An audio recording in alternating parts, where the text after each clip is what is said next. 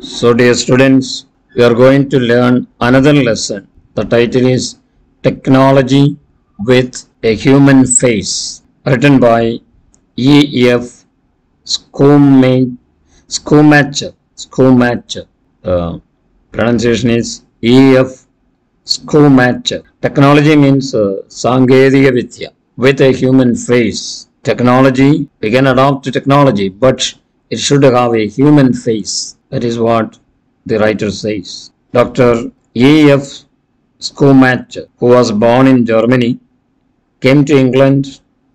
ജർമ്മനിയിൽ ജനിച്ച് അത് ഇംഗ്ലണ്ടിൽ വന്നു 1930 to study economics at New College Oxford. ഓക്സ്ഫോർഡിലെ ന്യൂ കോളേജിൽ എക്കണോമിക്സ് പഠിക്കാനായിട്ട് അദ്ദേഹം 1930 ഇംഗ്ലണ്ടിൽ വന്നു. He was born in Germany. Okay. And he came to England in 1930 to study economics at a New College, Oxford. He taught economics at Columbia University, New York. New York, Columbia University, where he taught economics. He is one of the foremost economists who warned us against the big modern technology. He is one of the foremost. He is one of the chief economists. ഏറ്റവും പ്രധാനപ്പെട്ട അല്ലെങ്കിൽ മുഖ്യനായ ഒരു എക്കണോമിസ്റ്റുകളിൽ ഒരാളായിരുന്നു. Who warns us against. He gives a warning against big modern technology. He warns us against big modern technology. വലിയ വലിയ ആധുനിക ടെക്നോളജിയൊക്കെ ഉപയോഗിക്കുന്നതിന് എതിരായിട്ട് he warns us. The writer gives a strong warning against the use of big modern technology. He brings into focus the concept of intermediate technology for developing countries like India. ഇന്ത്യയെ പോലെയുള്ള ഒരു വികസ്വര രാജ്യത്ത് വളരെ ചെറിയ ടെക്നോളജിയാണ് എന്ന ആശയമാണ് അദ്ദേഹം ഫോക്കസ് ചെയ്യുന്നത്. Very big modern technology that's not suitable for developing countries like India. ഇന്ത്യയെ പോലുള്ള ഒരു വികസ്വര രാജ്യത്തിന് modern technology is not so suitable, but that should be intermediate. Intermediate means small technology, or you can say less costly aayittulla technology can be adopted for countries like India. Okay, to him small is beautiful, and he explains why. Through this essay, the writer explains and says that small is beautiful and explains why. Why it is developing countries like India, we should adopt small but less costly technologies. Okay.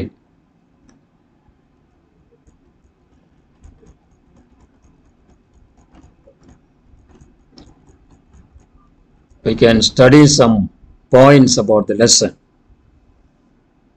There are many points to be remembered while analyzing this essay. Number 1, modern world has been shaped by technology. നമ്മുടെ ആധുനിക ലോകം എന്നൊക്കെ വെച്ച് കഴിഞ്ഞാൽ അതിന് രൂപം നൽകിയത് ടെക്നോളജിയാണ്. It is a technology that shaped modern world. As it is felt that technology is becoming more and more inhuman. That is what the writer says. We can adopt technology, but it is becoming more and more inhuman.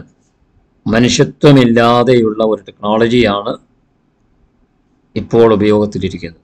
That is what is the opinion of the writer. Modern technology is becoming more and more inhuman. You know what is inhuman? മനുഷ്യത്വമില്ലാത്ത അല്ലെങ്കിൽ മനുഷ്യന്റെ മുഖമില്ലാത്ത, the technology that cannot solve the problems of India. We can think of a technology with a human face. Technology, okay, we can adopt a technology, but it should have a human face. അതിനൊരു മനുഷ്യന്റെ മുഖം ഉണ്ടാവണം. Okay, what the writer means is that we should adopt a technology that can solve the problems that human beings are facing. The system of nature tends to be self-balancing. നേച്ചറിൻ്റെ ഒരു system എന്ന് വെച്ച് കഴിഞ്ഞാൽ അത് സ്വയം balance ചെയ്യാനായിട്ടുള്ള possibility tendency ഉണ്ട്. What is the nature of what is the system of nature? പ്രകൃതിയുടെ system എന്താ? It has a tendency to be self balancing. സ്വയം ബാലൻസ് ചെയ്യാനായിട്ടുള്ള ഒരു tendency nature has got. Okay, technology recognizes no self-limiting principle of size, speed and violence. Technology recognizes, ആധുനിക സാങ്കേതിക വിദ്യ അംഗീകരിക്കുന്നത് എന്താണ്? No self limiting principle. ആധുനിക സാങ്കേതിക വിദ്യ എന്താണ്? സ്വയം നിയന്ത്രിക്കുന്ന ഒരു പ്രിൻസിപ്പിൾ അതിനില്ല. It has no self limiting principle. The technology we are following now, the technology we are adopting now, it has no self-limiting principle of size, speed and violence. Principle technology size and speed. Supersonic യുഗത്തിലാണ് നമ്മൾ ജീവിക്കുക. We are in a supersonic age. You know what is supersonic? അതായത് ശബ്ദത്തിൻ്റെ വേഗതയേക്കാൾ കൂടുതലാണ് technology മുന്നോട്ട് പോകുന്നത്. Speed and violence, ചിലപ്പോൾ സമയത്തൊക്കെ violence, അക്രമം. അപ്പോൾ ഒരു ലിമിറ്റില്ലാത്ത പ്രിൻസിപ്പിളാണ് ആധുനിക modern technology is following. Okay, that's not suitable for countries like India.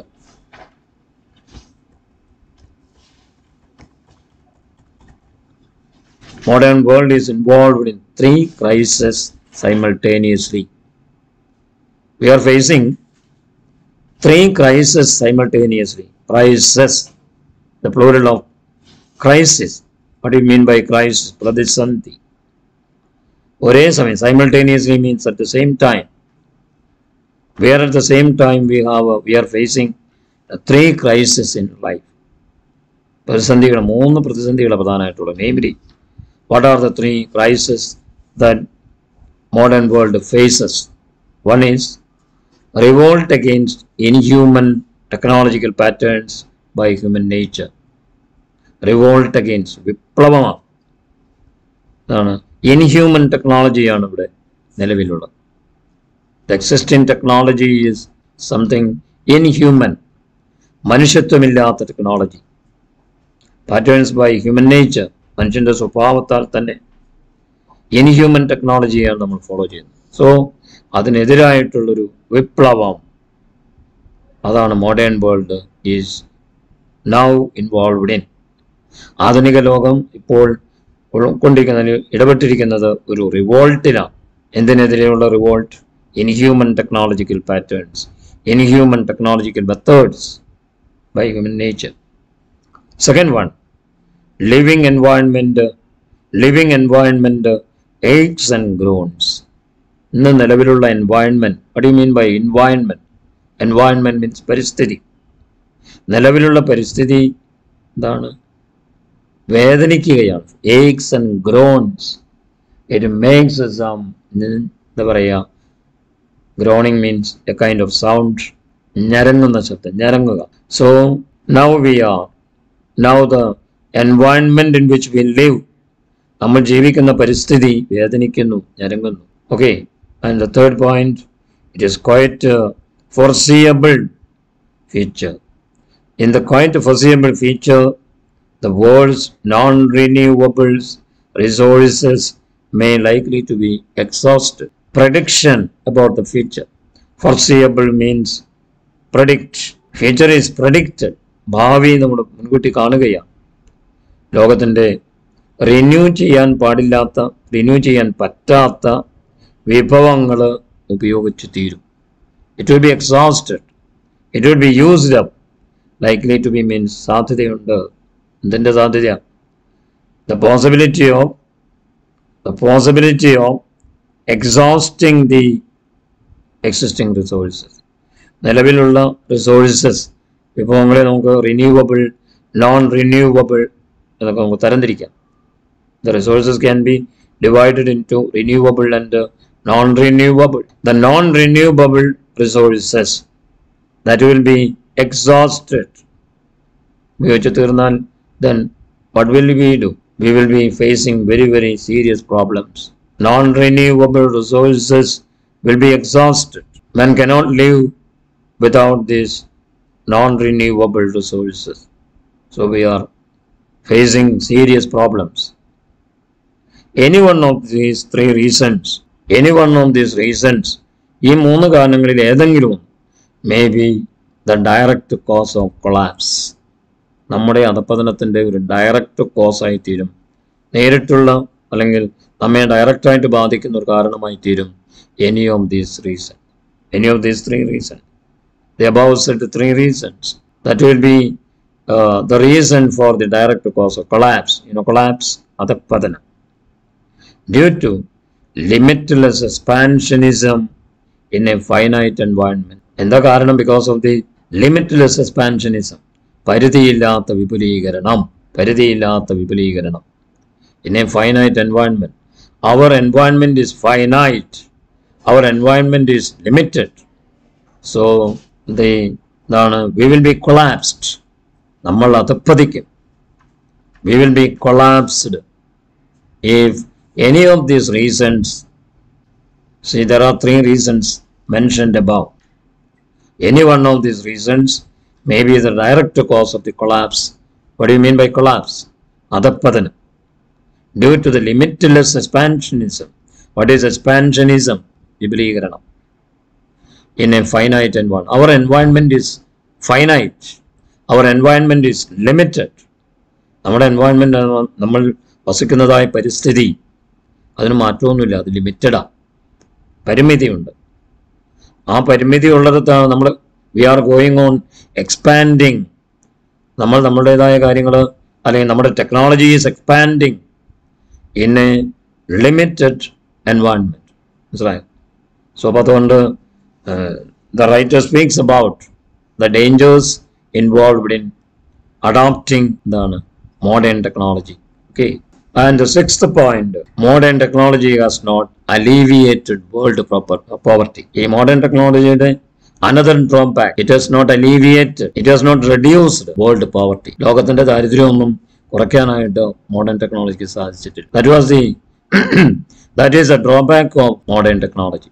That is the disadvantage of modern technology. It has not alleviated. What is the meaning of alleviate? To reduce, കുറയ്ക്കുക, world poverty. ദാരിദ്ര്യം കുറയ്ക്കാനൊന്നും സഹായിച്ചില്ല. Okay. Then the question then is, can we develop a technology which can solve our problem? India faces a lot of problems. Can we solve those problems with the technology available? നിലവിലുള്ള technology ഉപയോഗിച്ച് നമ്മുടെ പ്രശ്നങ്ങളൊക്കെ solve ചെയ്യാൻ പറ്റും. The writer is asking a very serious question. Can we develop a technology? നമുക്കൊരു technology develop ചെയ്യാൻ കഴിയുമോ which can solve our problems? That is the emphasis the writer gives. Writer ഉന്നി പറയുന്ന കാര്യം അതാണ്. Can we develop a technology which can solve our problems? The amount of real leisure a society enjoys tends to be in inverse proportion to the amount of labor saving machinery it employs. That is the problem of India. Modern technology ഉപയോഗിക്കുമ്പോൾ, okay, the amount of real leisure, what is leisure time, free time, that the society enjoys.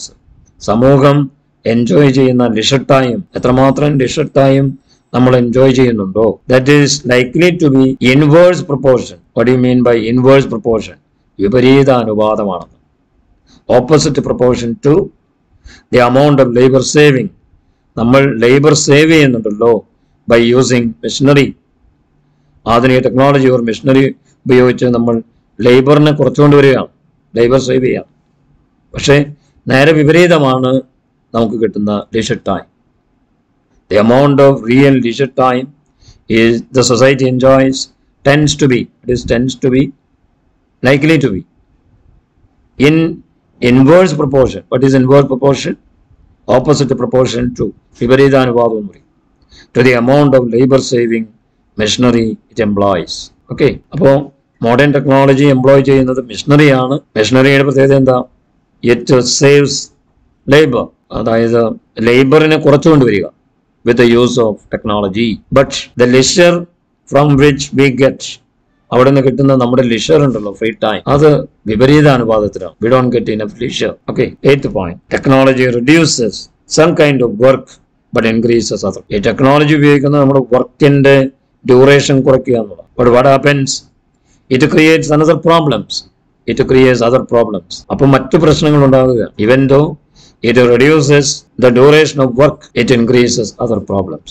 Okay, so the 9th point, the relevant question is, the important question, the പ്രസക്തമായ ചോദ്യം ഇതാണ്. The relevant question is, out of the 24 hours a day, we have 24 hours a day each, how much is actually engaged in real production? യഥാർത്ഥ ഉൽപാദനത്തിൽ എത്രമാത്രം നമ്മൾ ഈ സമയം ഉപയോഗിക്കുന്നത്? Out of the available 24 hours, how much time is used in real production? On an average, ഒരു average പറയുകയാണെങ്കിൽ, a fully employed person spends about 1/5 of his total time on his job. ജോലിയിൽ ആകെ ഉപയോഗിക്കുന്നത് അവന് ലഭ്യമായ 24 മണിക്കൂർ അല്ലെങ്കിൽ 24 hours 1/5 മാത്രമേ ഒരു വ്യക്തി സ്പെൻഡ് ചെയ്യുന്നുള്ളൂ. In the field of production, in the field of job, ആ ജോബിൽ അല്ലെങ്കിൽ പ്രൊഡക്ഷനിൽ സ്പെൻഡ് ചെയ്യുന്നത് കേവലം 1/5 അല്ലെങ്കിൽ 1/5 of the total time. What is the total time available? 24 hours. And we spend only 1/5 of that. That is a relevant question. Okay.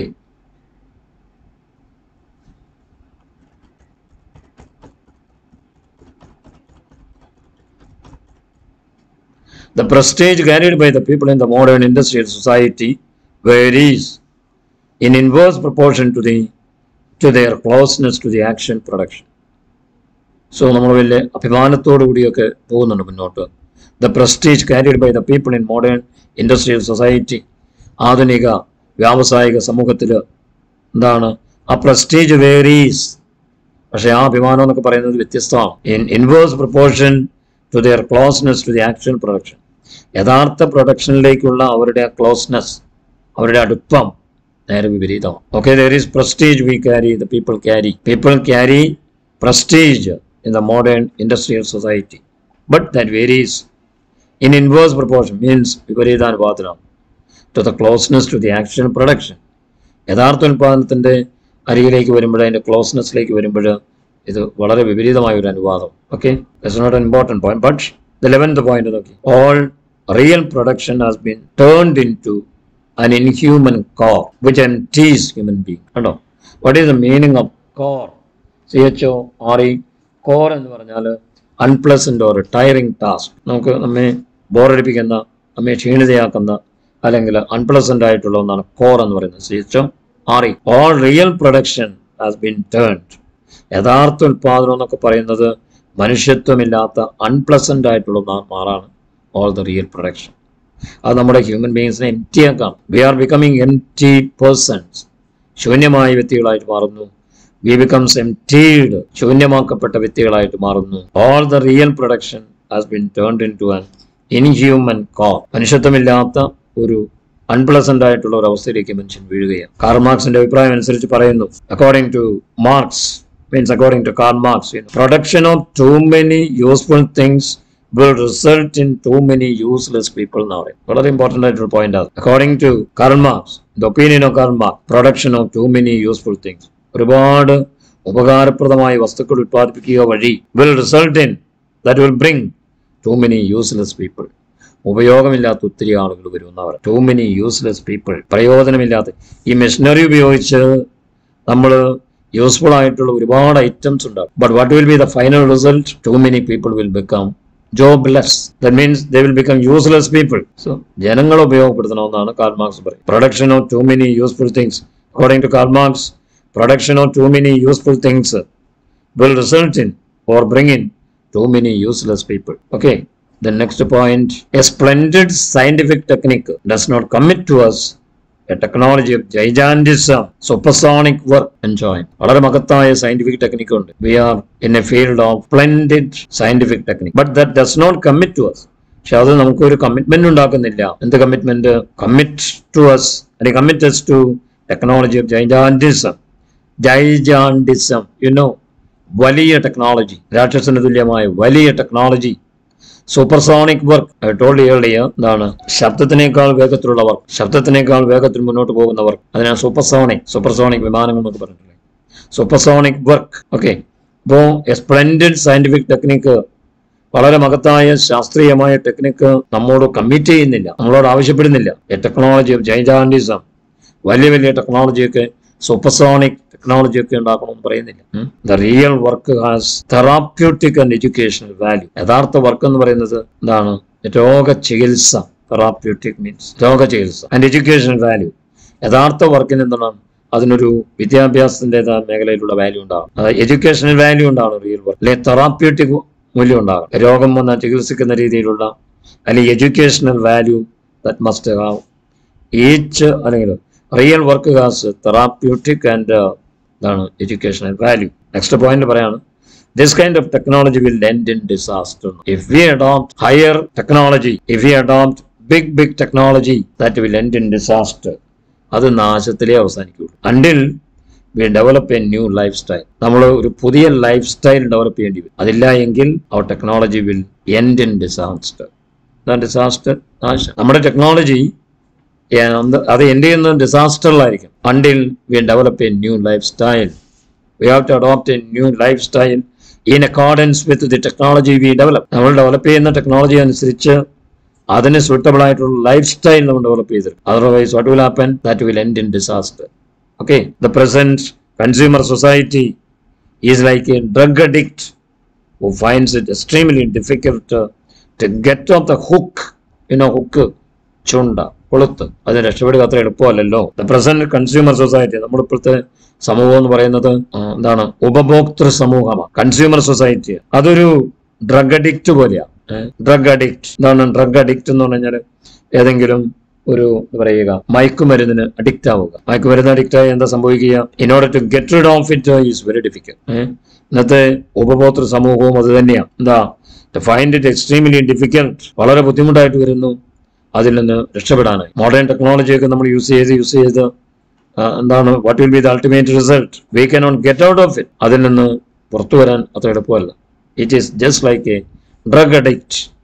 ഒരു drug അഡിക്റ്റിനെ പോലെ. So we have to think of that. The rich countries like England, Germany and USA must mitigate. Now there is a spelling mistake there. Not mitigate but mitigate the poverty of the third world. Third world. മൂന്നാം ലോക രാജ്യങ്ങൾ എന്നൊക്കെ പറഞ്ഞ India അതിനകത്ത് ഉൾപ്പെട്ടതാണ്. മൂന്നാം ലോകം. അപ്പോൾ തേർഡ് വേൾഡിൽ ഉൾപ്പെട്ട നമ്മുടെയൊക്കെ ദാരിദ്ര്യം കുറയ്ക്കണമെങ്കിൽ countries like England, Germany and USA they have to come forward and എന്താണ്? mitigate, not mitigate, mitigate the poverty of the third world. മൂന്നാം ലോകരാജ്യങ്ങളുടെ പോവർട്ടി, ദാരിദ്ര്യം, നമ്മളൊക്കെ ദാരിദ്ര്യ ലോകത്ത് ജീവിക്കുന്നത്. അപ്പോൾ അവരുടെ ദാരിദ്ര്യം മിറ്റിഗേറ്റ് ചെയ്യണമെങ്കിൽ, അത് കുറയ്ക്കണമെങ്കിൽ rich countries like England, Germany and USA they have to come forward.